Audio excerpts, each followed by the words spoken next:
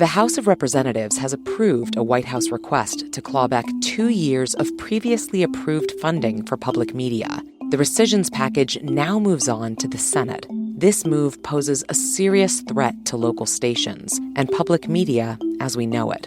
Please take a stand for public media today at goacpr.org. Thank you. What's good? You are listening to Code Switch, the show about race and identity from NPR. I'm Gene Demby. So I'm sure y'all feel this, but it feels like keeping up with the news these days. It's like drinking from a water plug. That's what we call a fire hydrant in Philadelphia. Like, it's relentless, it's overpowering, it could knock you over. And I could list some examples right here, but by the time you all hear this, those examples would probably be dated anyway because, the hydrant. But over the weekend before I'm sitting down to record this, something happened that felt like it turned the hydrant into a geyser. The United States launched a military strike on Iran. According to President Trump, it targeted 3 nuclear sites. It was a move that the president had been teasing for some time, yet it still left a lot of people in shock. What happens next is anybody's guess.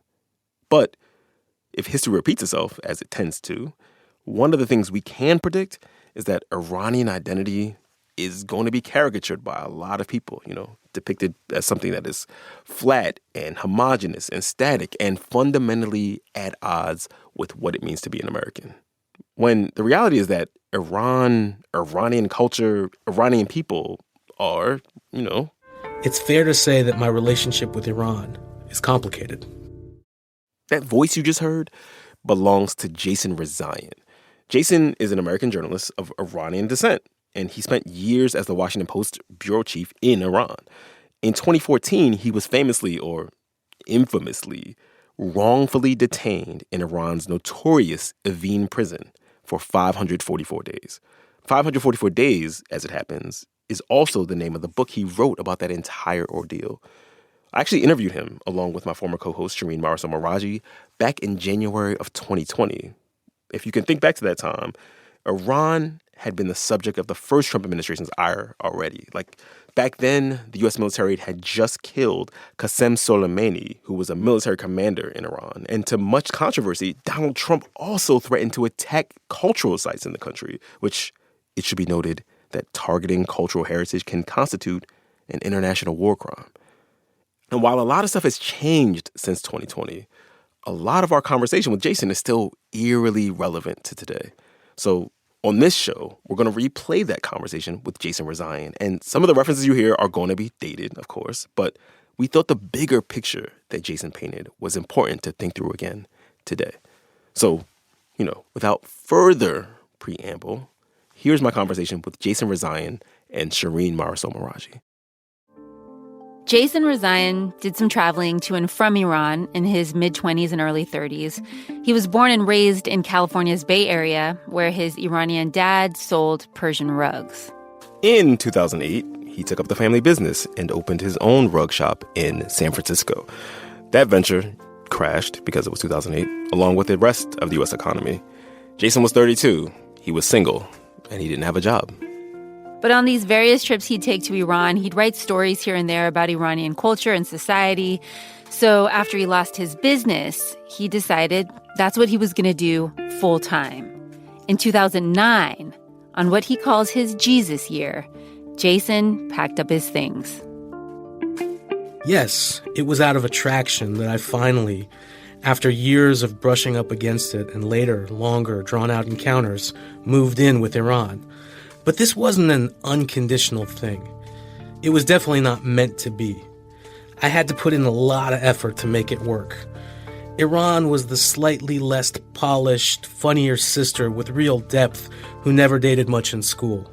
Iran wasn't flashy and sexy on the surface. Iran's not France or Japan. But it's not like it's hard to love either. It's just Iran.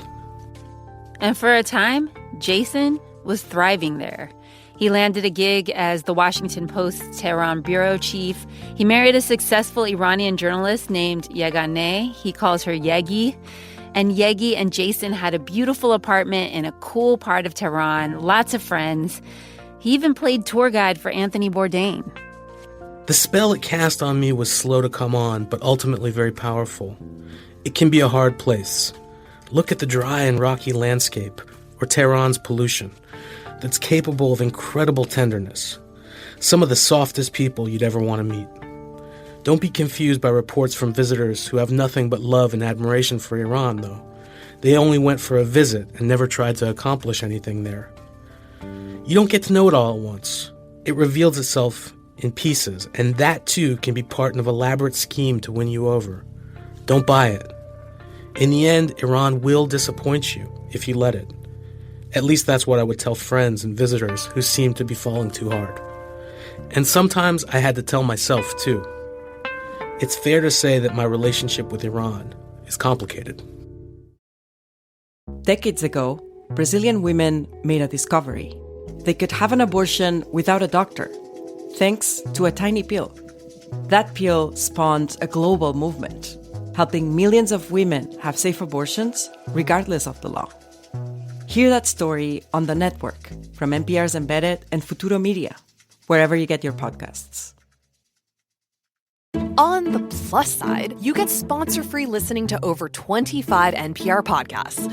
On the minus side, you get fewer chances to tap fast forward on your podcast player. On the plus side, you get to support something you care about. On the minus side, you like challenges and think this makes it too easy. So why don't you join us on the plus side of things with NPR Plus? Learn more and sign up at plus.npr.org.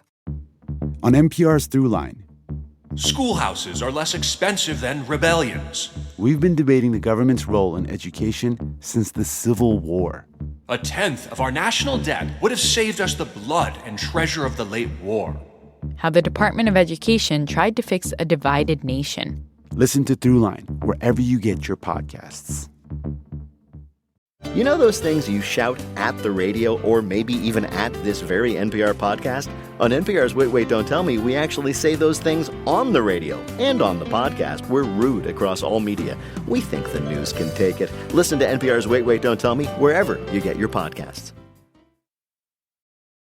In light of all this news coming out of Iran, we're talking with Jason Rezaian, who's a writer for The Washington Post and the author of a memoir about his 544 days in Iranian detention. That memoir is called Prisoner. Let's get to it, Joe. Jason, Iran is all over the news right now. What do you think people need to know about Iran in order to better understand what they're hearing and what they're reading? Oh, gosh, that's a great place to start, and I think we might be here all month. I think the most important thing that people need to remember that Iran just isn't one thing. And I think so often when we talk about countries specifically that we have adversarial relationships with or ones that are ruled over by authoritarian regimes or dictatorships, we kind of consider them monolithically. We don't think about the nuance and the differences within the society. So I think it's really important to remember that there's a lot of different points of view. Iranians could rightfully be very, very angry about the cover-up, for example, of their government's shooting down of the Ukrainian air flight. At the same time, be angered by the fact that the U.S. took out the country's top general. And all at the same time, not necessarily be in favor of their regime or in favor of the U.S. coming in and trying to topple it.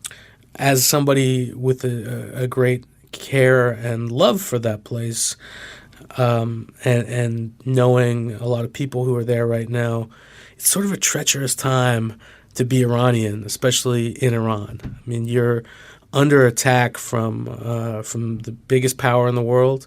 At the same time, in some ways, you're under siege by the government that's been tasked to run your country, and your voices are being suppressed because you want accountability for what appears to be a horrific accident, but one that the state lied about for the first several days.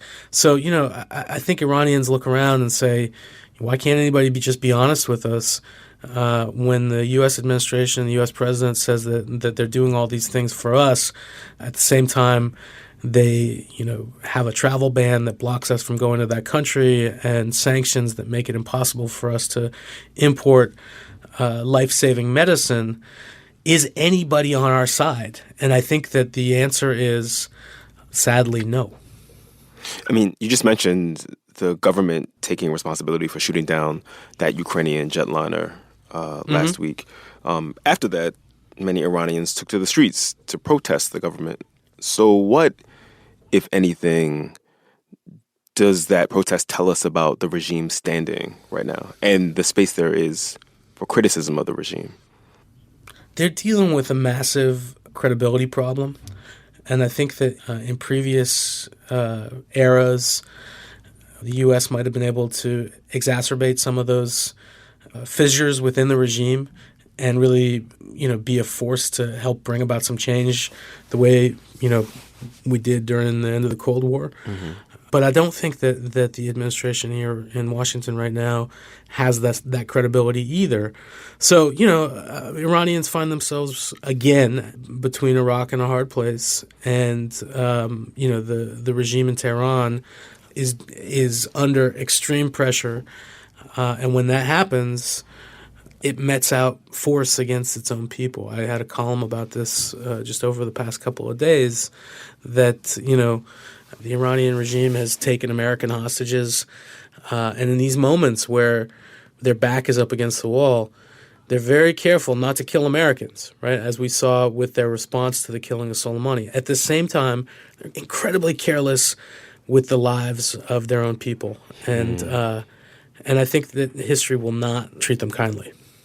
You basically made the argument that history would not treat the Trump administration kindly in one of your opinion pieces after President Trump tweeted that he was going to destroy 52 Iranian cultural sites if Iran did anything to retaliate for the killing of General Soleimani. And you basically said you don't understand how important these cultural sites are to Iranian identity, to who we are as Iranians, and you can't be making those kinds of statements. Completely. I mean, it's a wound on top of generations of previous wounds. And so, when he comes out and says we stand with the Iranian people and we're going to do whatever we can to support you, and at the same time takes aim at Iranian identity in the form of threatening pieces of human history. Those sites, they're UNESCO World Heritage Sites, not because they're important to Iranians, but they're important to our sense of civilization as human beings.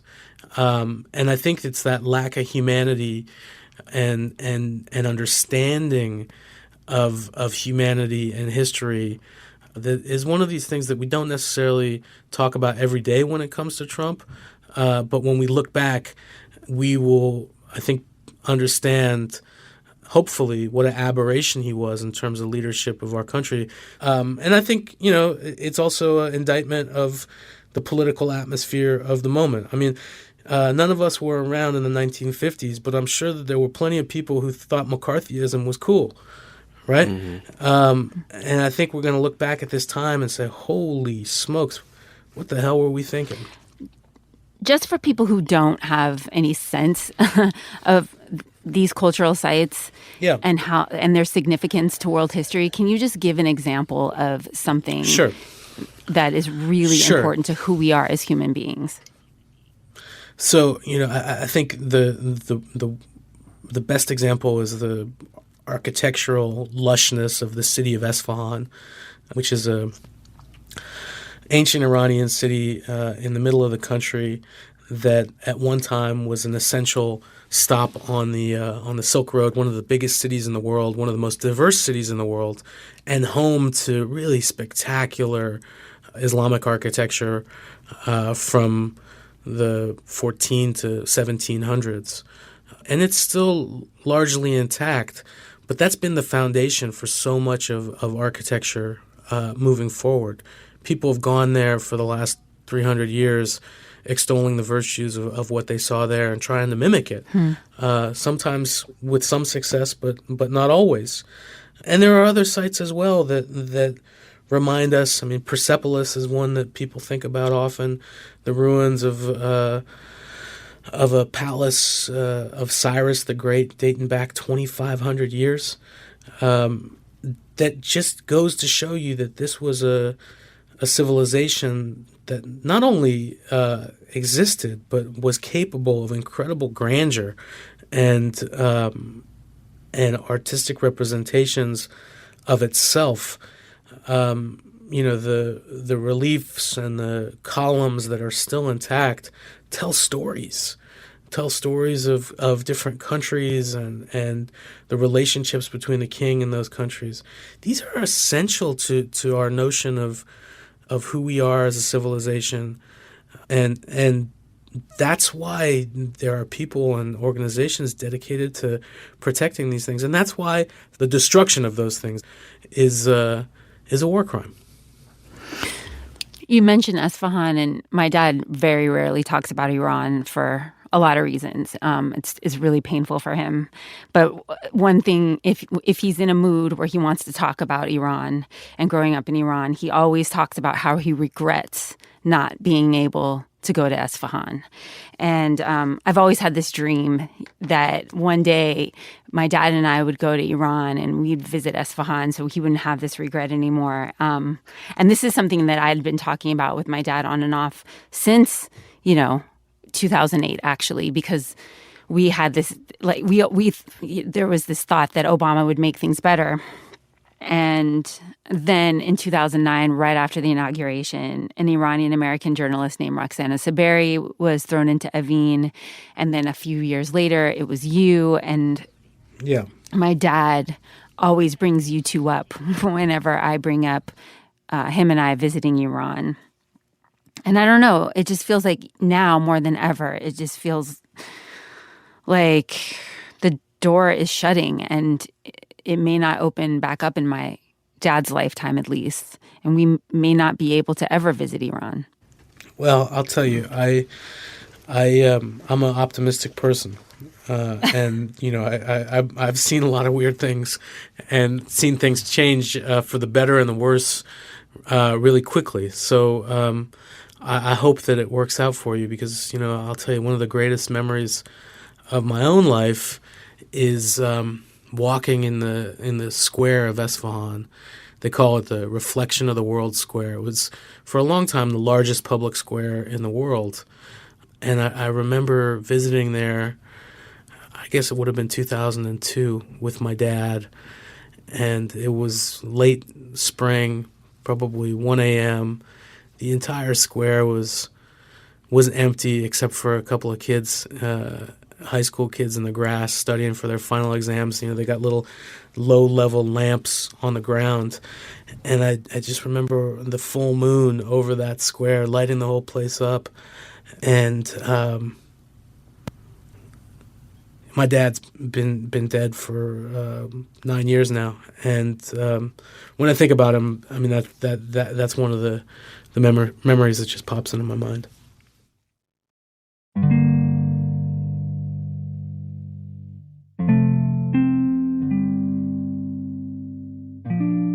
In his memoir, Prisoner, Jason talks a lot about his dad selling rugs. And he writes that when his dad started that rug selling business in the 1960s, it took off because, hippies loved rugs, and nobody really disliked Iranians or Muslims yet. But in 1979, that changed. Iran was in the midst of a revolution, and 52 U.S. citizens were held hostage at the American embassy in Tehran. They were released in January of 1981. It had been 444 days. As all Americans did, my dad felt genuine relief. But his was different. Hundreds of American business owners offered gifts to the returning hostages. There were free steaks for a year from Nebraska, trips to Hawaii from the Aloha States Tourism Board. Major League Baseball presented each returnee with a golden ticket that provided entrance for the hostages and a guest to every regular season baseball game for the rest of their lives. And my dad offered each one of them a rug. In fact, a $1,000 gift certificate for rugs. More than 40 of them took him up on his offer. Some of them came in person, others sent local friends, and some just phoned in orders, and my dad mailed them a rug based on their desired parameters.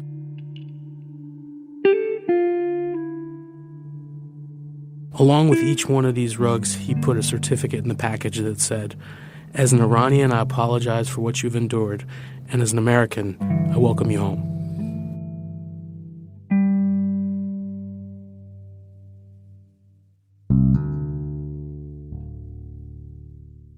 Speaking of your dad, you write that your father lived through a few different waves of American sentiment towards Iranians. At one point, you write in the book that Iranians comprise the largest number of foreign students in the U.S., and they had this reputation for being extremely generous and extremely friendly.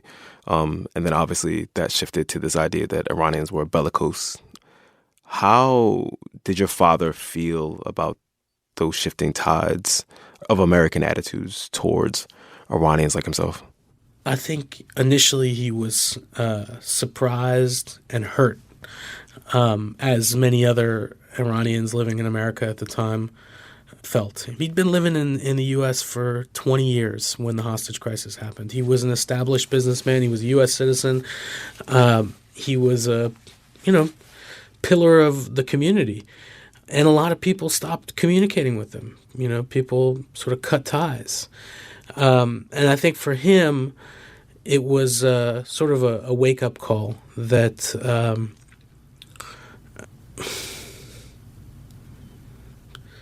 I hate to say this out loud, but, there are different levels of Americans, right?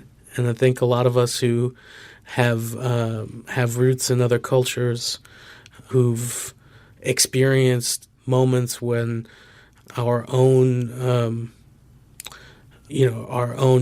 roots or the countries of our roots have been at odds with the U.S., that sort of ugly fact comes forward that, everybody's created equal, but some are created more equal than others. And it's just, it's heartbreaking. It was heartbreaking for him. It's heartbreaking for me. But it's also an inspiration to do better. What do you mean?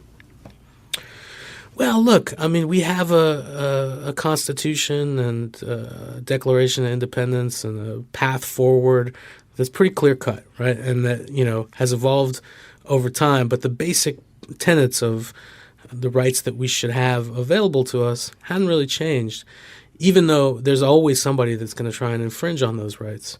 And the sorts of pressure that was put on Iranians in 1979 to 1981 was pretty terrible. It forced a lot of people underground. A lot of people didn't want to call themselves Iranians anymore. Mm-hmm.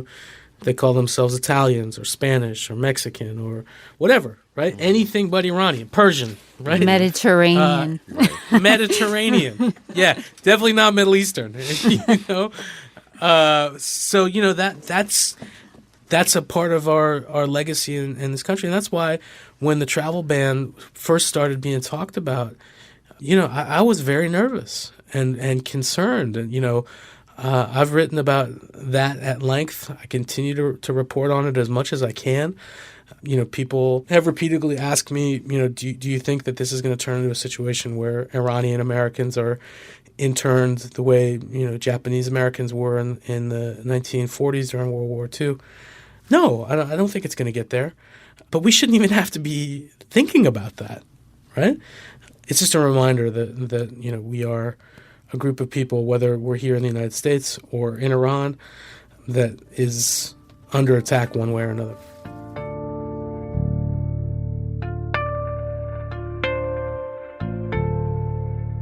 More from our conversation with Jason Rezaian after the break. Stay with us.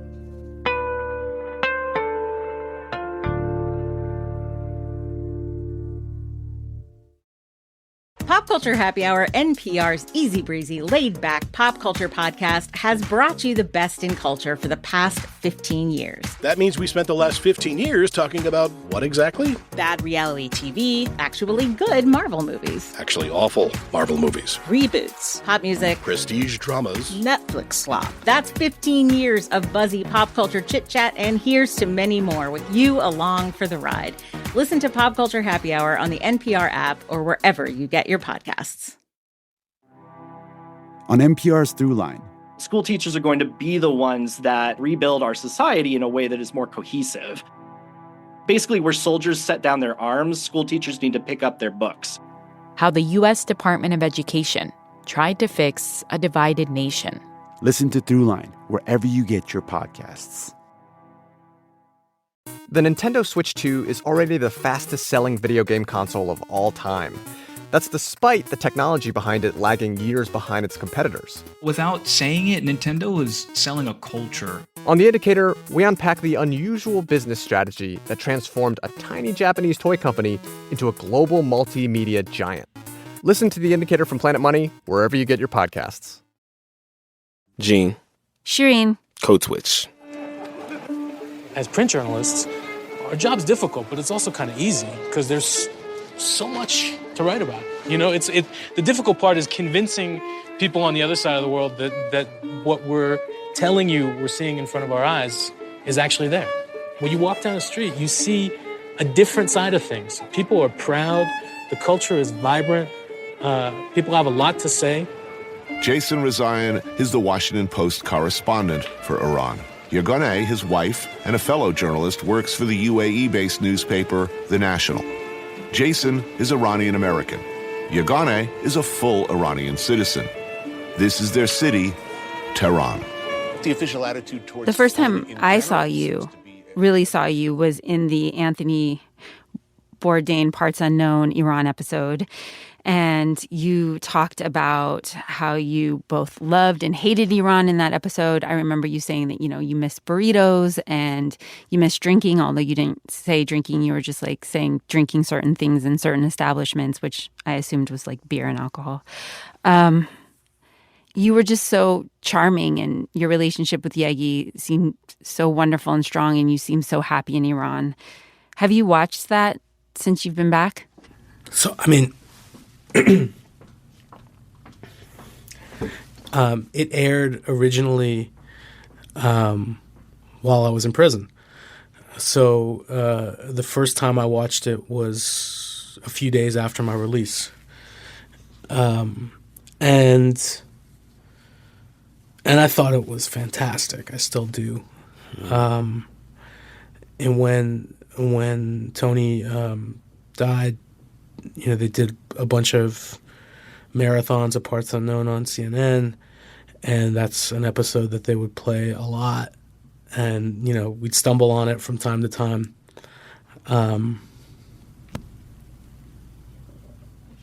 think I'm so glad that I was able to take part in that production, and that there's this sort of indelible historical document that Yegi and I were part of that and part of that moment in Iran. And yeah, I mean, for me, I think of it as one of the most important things that's happened to us in our lives. I also think it's probably the best representation of modern Iran that's ever appeared on American television. Wow. So, Jason, in Prisoner, your book, you obviously write about this 544 days that you spent in this notorious prison. And I just got to say that incarceration is like my waking fear. And I was reading about you in this 8x4 cell that they kept you in, and these guards were trying to break you and play games with you. And I'm just wondering what you were doing in there every day to try to keep from cracking. It was a huge challenge. And, on day one, you have no idea how you're going to cope. But as time goes on, you build up some mechanisms that you think work for you. So for me, staying in motion, walking, wasn't something that I thought to myself was, going to be beneficial in any other way than to while away the time. But after the fact, when I spoke to therapists, that's really the best thing you could have done for yourself, because you kind of, when you stay in motion, you you're tricking your mind into thinking that you're still active and going places, right? Another thing that I did was, I recounted stories from my past. I tried to remind myself of really good things that had happened to me. And also, you would think that you want to magically transport yourself to other locations, but that's easier said than done. So, I really tried to take stock of the situation that I was in and remember that this was a point on the continuum of my life that in all likelihood was going to end. And I had no way of knowing if it would end with my death or end with my release. But as I said earlier, I'm an optimistic person, and I just had to hold on to hope that this was going to be a chapter of my life that would come to an end, and that I have a long life in front of me. Knock on wood, that's been the case so far. And, as much as I'd love to have that 544 days back, I also think that in some ways I've won the lottery of life experience. And you say that for you it's a waking fear, the idea of being incarcerated. Well, for me, it is now too. Mm-hmm. It wasn't before all this happened. And now it's the thing that that I worry about more than anything else. At the end of your book, you have this anecdote where you're running to get Five Guys for Yegi, and you're outside and you run into an African American man who's asking for a little bit of help, and you end up striking up a conversation where you both talk about the fact that you were in prison. And I was just wondering, why did you choose to end the book with that anecdote? So I thought about it a lot, and I think we can agree on the fact that the circumstances of my arrest and how I got out and all that happened are pretty extraordinary. Mm-hmm.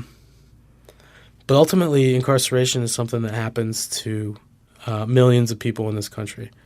And a lot of times, I don't know that man's backstory, but we all know that a lot of times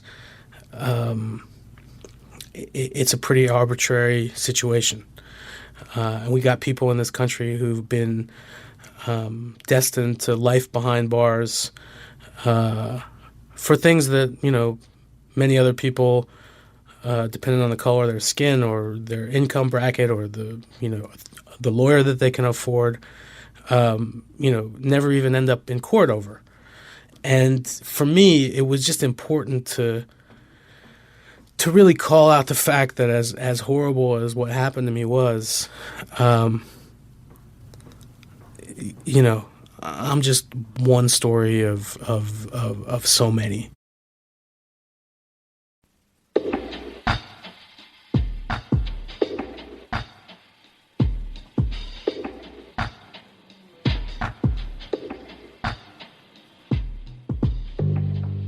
Jason Rezaian is the author of Prisoner, My 544 Days in an Iranian Prison. Thank you, Jason. We appreciate you, man. Thank you. Thank you, guys. Jason's memoir, Prisoner, is actually really funny.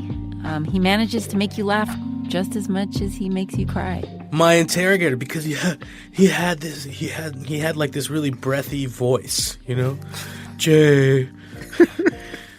Jay, you have to be honest. You remember Wanda? Yes. I'm gonna rock your world. I can't do the voice, but In case you missed that, Gene and I are of the same generation as Jason, and Wanda was a character played by Jamie Foxx. Yeah. On In Living Color. Now he's like a very, very famous, serious actor who's in Just Mercy. But back in our day, he was Wanda.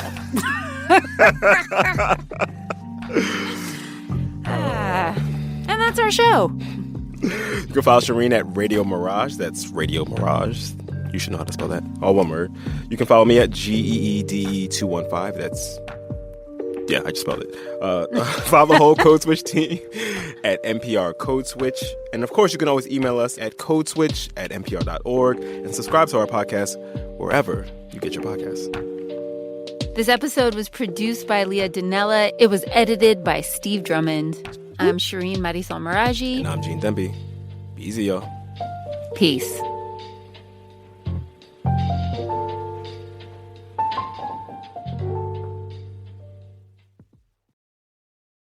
This message comes from NPR sponsor Shopify. Shopify is the commerce platform behind millions of businesses around the world and 10% of all e-commerce in the U.S., from household names like Mattel and Gymshark. Get started with your own design studio with hundreds of ready-to-use templates. Shopify helps you build a beautiful online store to match your brand's style. If you're ready to sell, you're ready for Shopify. Sign up for your $1 per month trial and start selling today at shopify.com/NPR. On The Indicator from Planet Money, we like to zoom in on big economic issues like tariffs and crypto and healthcare. Let's have a healthcare system where people are kept healthy and not treated only when they're at the most expensive moment when they're sick. Economic deep dives in 10 minutes or less every weekday. Listen to The Indicator from Planet Money wherever you get podcasts.